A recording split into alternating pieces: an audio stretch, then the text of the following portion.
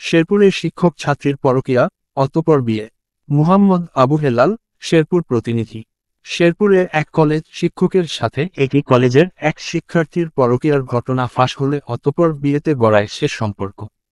এ ঘটনায় ওই শিক্ষককে তাৎক্ষণিক বদলির বিষয়ে উপর মহলে জানানো হয়েছে এবং শিক্ষার্থীকে কলেজে অবাঞ্ছিত ঘোষণা করা হয়েছে। জানা গেছে, শেরপুর সরকারি মহিলা কলেজের পদার্থবিজ্ঞান বিভাগের প্রভাষক মুইদুজ্জামান 2021 সালে 14 ফেব্রুয়ারি যোগদান করেন। তার বাড়ি নকলা উপজেলার বাজারদি গ্রামে। তার স্ত্রী ও 2 সন্তান রয়েছে। একই কলেজের বিজ্ঞান বিভাগের দ্বিতীয় বর্ষের শিক্ষার্থী শ্রীবরদী উপজেলার চৈতাজানি গ্রামের শফিকুল ইসলামের মেয়ে সানজিদা ইসলাম স্বর্ণার সাথে স্থানীয় একটি কোচিং সেন্টারে কোচিং করতে গিয়ে পরকীয়ায় জড়িয়ে পড়েন ওই শিক্ষক।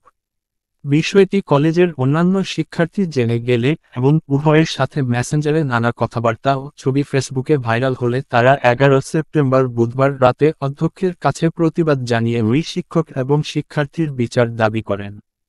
পরে অধ্যক্ষ প্রফেসর ফাউজিয়া আমিন দিনা তাৎক্ষণিক ওই শিক্ষক এবং শিক্ষার্থীর পরিবারকে খবর দিয়ে কলেজে নিয়ে আসেন।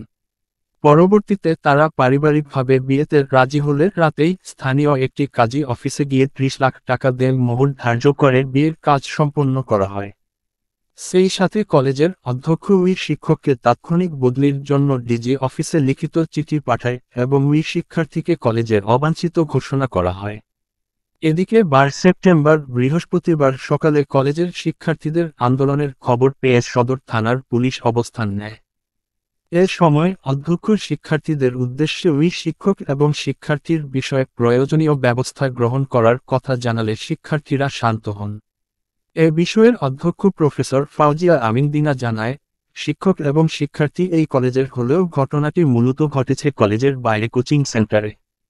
তারপরেও শিক্ষার্থীদের দাবির মুখে এবং কলেজের ভাবমূর্তি সমুন্নত রাখতে ওই শিক্ষক এবং শিক্ষার্থীর বিরুদ্ধে তাৎক্ষণিক ব্যবস্থা নেওয়া হয়েছে। মুহাম্মদ আবু হেলাল, শেরপুর।